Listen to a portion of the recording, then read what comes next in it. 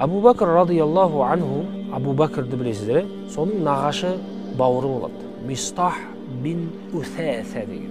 Мистах сахаба болды. Өте пақыр болады. Жағдайы өте нашар болады. Абу Бакр радияллаху анху оны қамқорлығына алады. Оның жағдайын жасайды.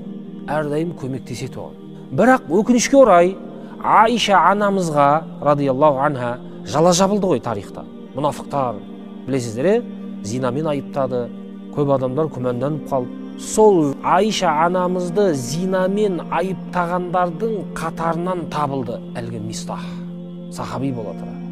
Абу Бәкірдің туысқаны, қамқорлығында жүрген, көп одан көмек алып жүрген Мистах Абу Бәкірдің қызы, пайғамбардың жұбайына не істеді?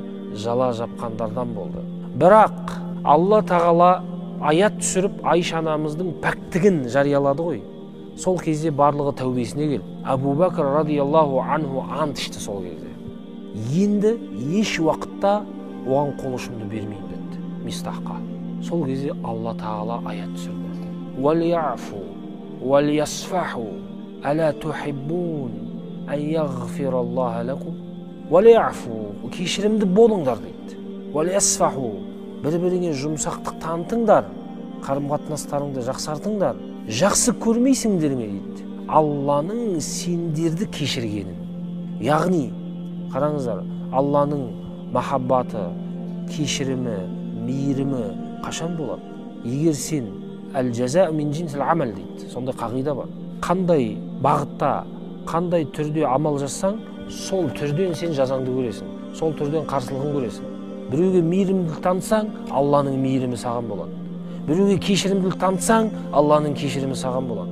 Бауырыңды жақсы көрдің бе, Алла да сені жақсы көреді. Көрдіңіз бе? Сол кезде аят айтып тұр. Абу Бакр радиаллаху анхуға қатысты.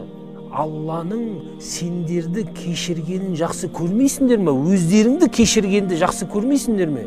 Неге кешірімді болмайсыңдар деп тұр.